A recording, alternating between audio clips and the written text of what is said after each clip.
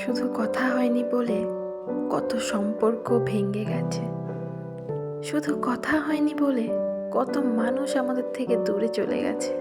এই কথাটা আসলেই সত্যি। একটা সম্পর্কে যখন যোগাযোগ বন্ধ হয়ে যায়, কথা বলা বন্ধ হয়ে যায়, তখন আর এই সম্পর্কগুলি টিকিয়ে রাখা যায় না। বড্ড কষ্টকর হয়ে পড়ে এরকম সম্পর্কগুলিকে বয়ে নিয়ে চলা।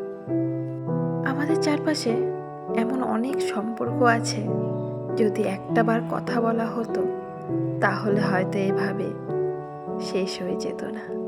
সম্পর্কগুলি আজও টিকে থাকতো। যদি মন খুলে কথাগুলি শেষবারের মতো বলা যেত তাকে, তাহলে হয়তো সে আমার থেকে দূরে যেত না। এভাবেই হয়তো শহরে সম্পর্কগুলি গলা টিপে মরে যায়, শুধুমাত্র একবার কথা বলার নেশায়। যে কোনো সম্পর্কেই কথোপকথনটা খুব জরুরি।